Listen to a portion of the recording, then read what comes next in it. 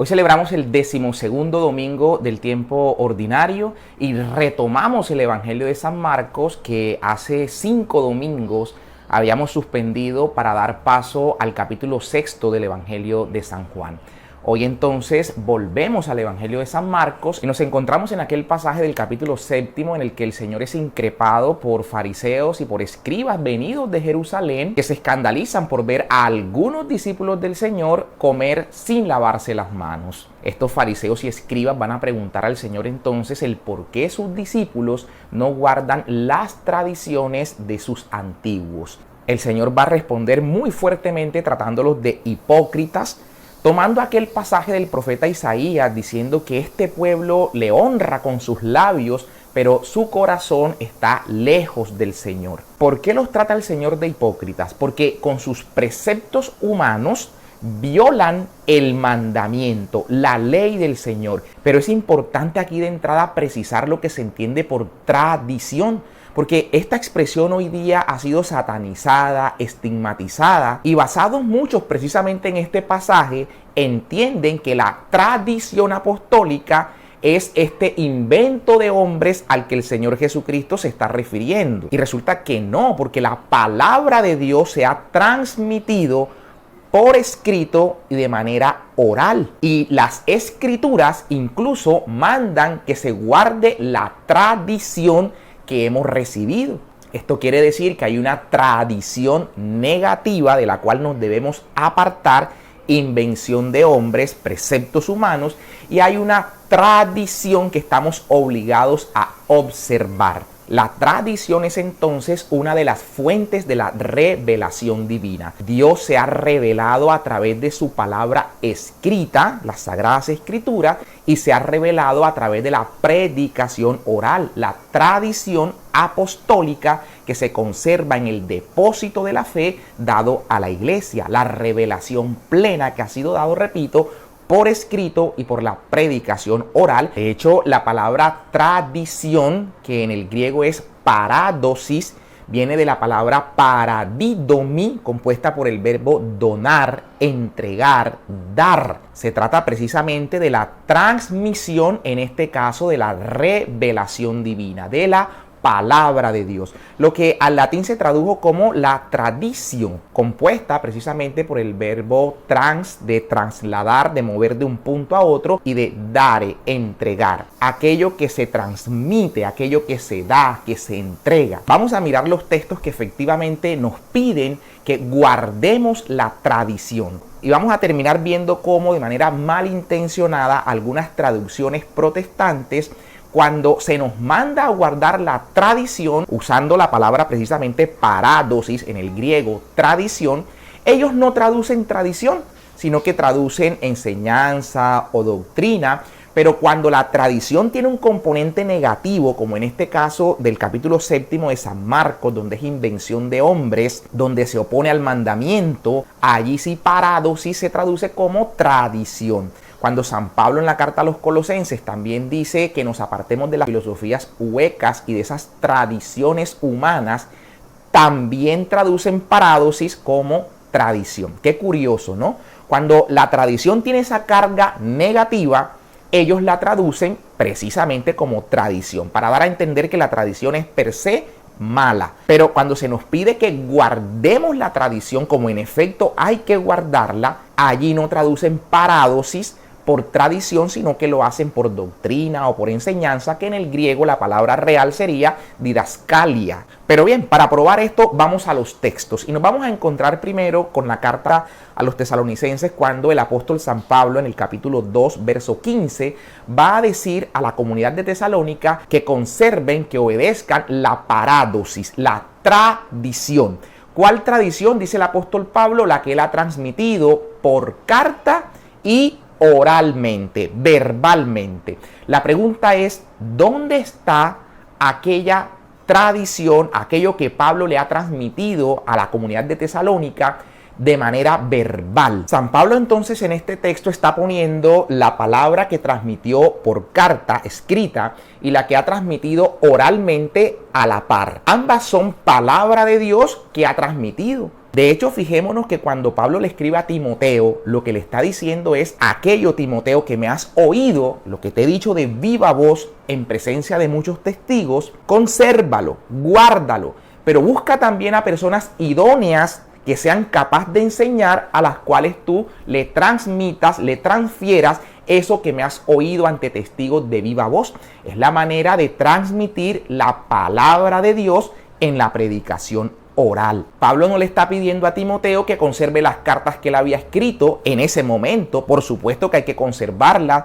hay que atenderlas, pero a la par de esas cartas, de eso que Pablo ha escrito, está lo que Pablo ha enseñado en las comunidades de viva voz. Y esa es palabra de Dios que se conserva en la iglesia y se transmite, la tradición. De hecho, en la misma carta a los tesalonicenses, San Pablo va a decir que aparten de la comunidad a aquel que no guarda la tradición. Lo vemos en el capítulo 3, en el verso 6. Y en la carta que Pablo escribe a la comunidad de Corinto también va a decir que alaba a esta comunidad porque guarda la tradición tal y como Pablo se la ha transmitido. ¿Cuál tradición si es que era la primera carta que ellos recibían por escrito?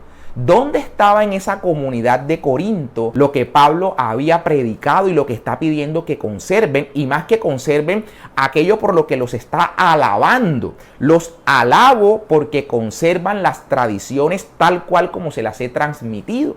Y en esa misma carta, cuando Pablo está hablando de la Eucaristía, cuando está hablando de la Cena del Señor, en el capítulo 11, San Pablo al final les va a decir: las demás prescripciones se las daré cuando esté con ustedes.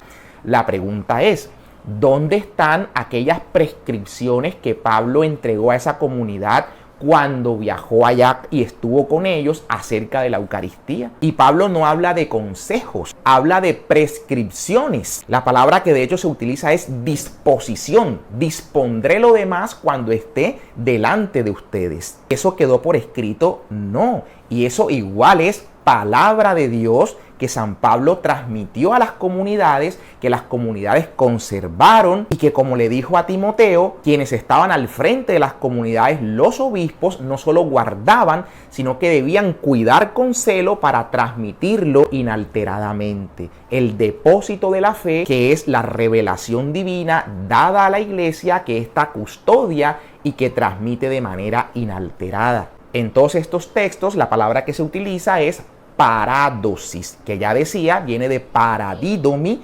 transmitir, y que parádosis traduce inequívocamente tradición. La prueba de que traduce tradición es que es justamente la palabra que encontramos en el Evangelio de hoy, en el capítulo 7. Al Señor lo cuestionan por no guardar supuestamente la parádosis de los antiguos. Ellos mismos están reconociendo que no se trata de la ley o de la palabra de Dios. En este caso, están reconociendo de que se trata de una costumbre de los ancestros, de los antepasados. Pero cuando las Escrituras en boca de San Pablo está hablando de guardar la tradición, San Pablo está hablando de lo que él está transmitiendo de parte de Dios, la revelación divina. Por tanto, no es un invento de hombre, no es un precepto humano. La tradición de la que nos habla San Pablo es la palabra de Dios que ha sido transmitida de manera oral, y que por tanto hace el énfasis en que debe ser guardada a la par que debe ser guardada la palabra escrita. Sin embargo, lo que decía es que lo curioso es que versiones protestantes, para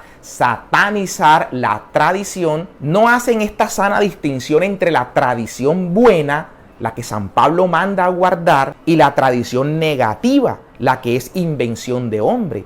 En la carta a los Colosenses vemos a San Pablo cuestionando esas filosofías huecas que no son más que tradiciones de hombres. Allí San Pablo se refiere también a esta tradición negativa, las que son inventivas de hombres. Y es curioso que estas Biblias, como la Reina Valera, por ejemplo, allí en Colosenses, cuando la tradición tiene también este componente negativo, sí traduce parádosis como tradición. ¿Por qué no traduce parádosis como tradición, como en efecto lo es, cuando Pablo pide que la guarden? Porque es que los católicos guardan la tradición apostólica. Entonces va a ser notorio que la tradición efectivamente, como la iglesia enseña, es una manera, una forma de transmitir la palabra de Dios, que fue transmitida de manera escrita y principalmente de manera oral. De hecho, fijémonos que en el derecho, la tradición es una forma de adquirir la propiedad de las cosas. Por eso, en las escrituras públicas de compra-venta de una casa, por ejemplo, encontramos una cláusula que nos dice la tradición de ese inmueble, de dónde viene, quién fue el dueño anterior, quién fue el dueño antes de él, cuál es la tradición de ese inmueble. Y así entonces el que lo entrega se llama el tradente, el que hace la entrega del inmueble, y el que lo recibe es el adquirente, que será ahora el nuevo dueño. A través de la tradición se transfirió el dominio, la propiedad de esa cosa. La palabra de Dios se transmitió también a través de la tradición oral. El Señor Jesús mandó a predicar, no a escribir. Gran parte entonces de la predicación se mantuvo de manera oral, guardada y depositada en el seno de la iglesia, que la ha conservado y la ha transmitido de manera inalterada. Pero claro, una denominación cristiana que surge en el siglo pasado, que no conoce la tradición apostólica, le es muy fácil acabar con toda esta tradición, que repito, no son inventos de hombre, sino la palabra de Dios transmitida oralmente, la borran de un plumazo porque se trata de una denominación que surge y se desconecta del principio del cristianismo. Así entonces es como se termina acuñando este insostenible principio de la sola escritura, que la misma escritura contradice. La escritura dice, no es solo la escritura, es además de lo escrito, lo que oralmente se pregonó.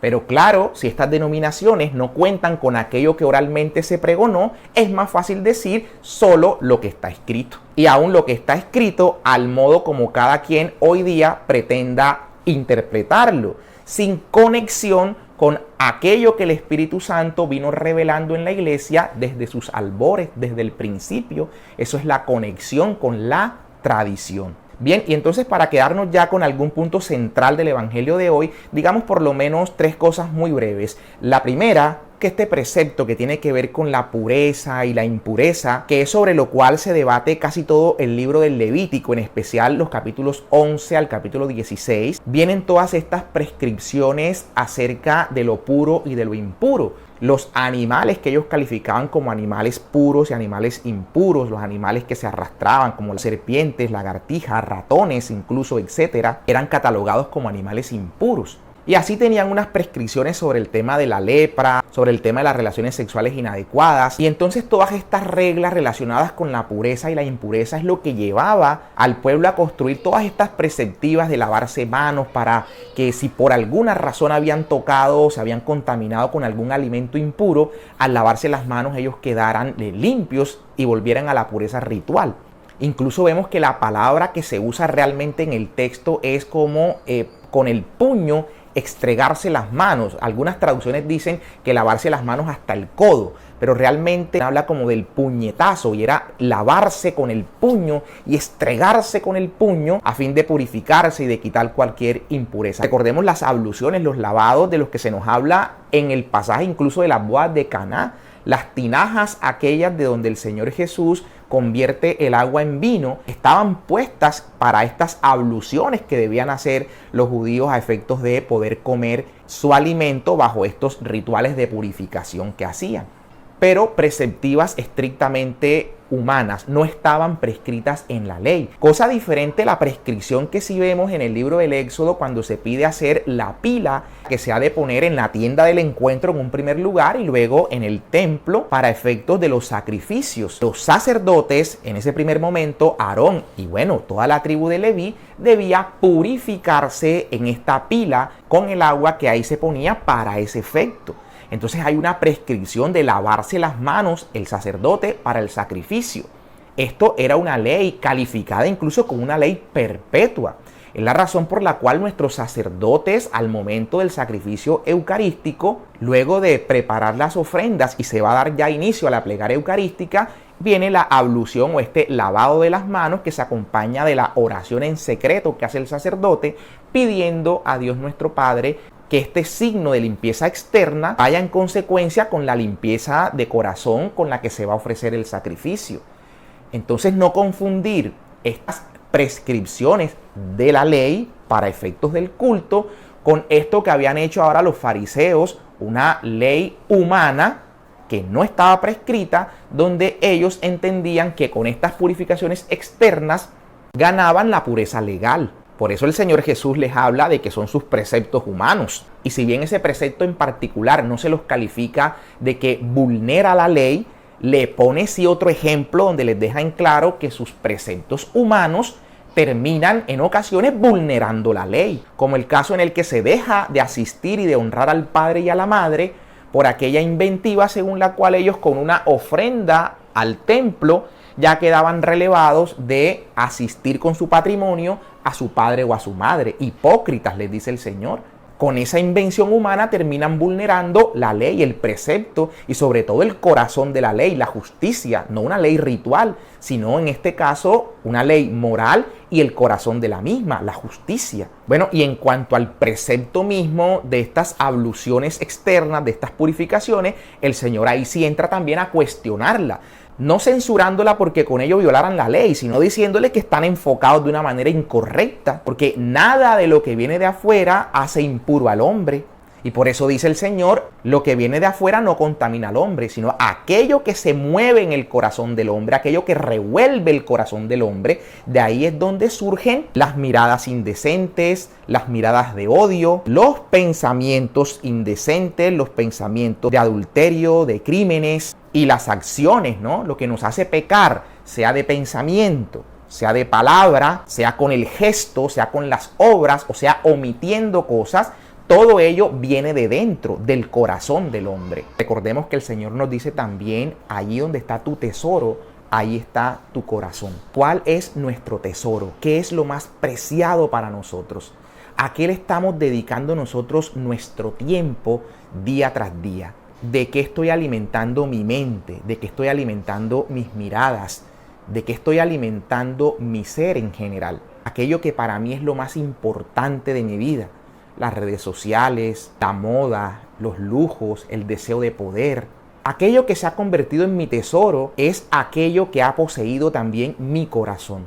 Por eso San Pablo nos dice, busquemos las cosas de arriba, donde está Cristo. Que precisamente con nuestra mirada en las cosas de arriba, pero con los pies en la tierra, busquemos esos bienes espirituales, esos bienes que no se corroen, ¿no? Que no se dañan, sino que por el contrario nos edifican y hacen de nosotros un mejor ser humano, un mejor cristiano. Busquemos, como dice el Señor, el reino de los cielos y hacer su justicia. Pidámosle entonces al Señor que nos dé la gracia de llevar una vida justa, recordando que la justicia del Señor no es esta de darle a cada quien lo que merece, sino por el contrario, dar más allá de lo que cada quien merece e incluso obrar con alguien sin que ese alguien tenga merecimiento alguno.